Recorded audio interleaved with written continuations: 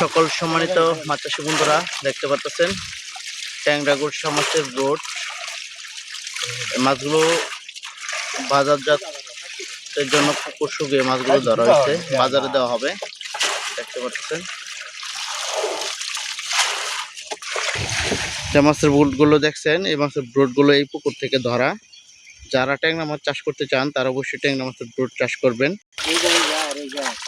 ট্যাংরা মাছের ব্রোড চাষ করা অনেক লাভজনক ব্যবসা। ট্যাংরা অথবা গুলশা মাছ খাবার খরচ একদমই সীমিত, যার কারণে আমরা সকল মাছ চাষি ভাই চাষি ভাইদেরকে আমরা ট্যাংরা মাছ সাজেস্ট করে থাকি। ট্যাংরা অথবা গুলশা মাছ যে কোনো খামারি ভাই চাষি ভাইয়েরা বাংলাদেশের 64 জেলাতে ট্যাংরা মাছের পোনা আমরা বিক্রি করে থাকি।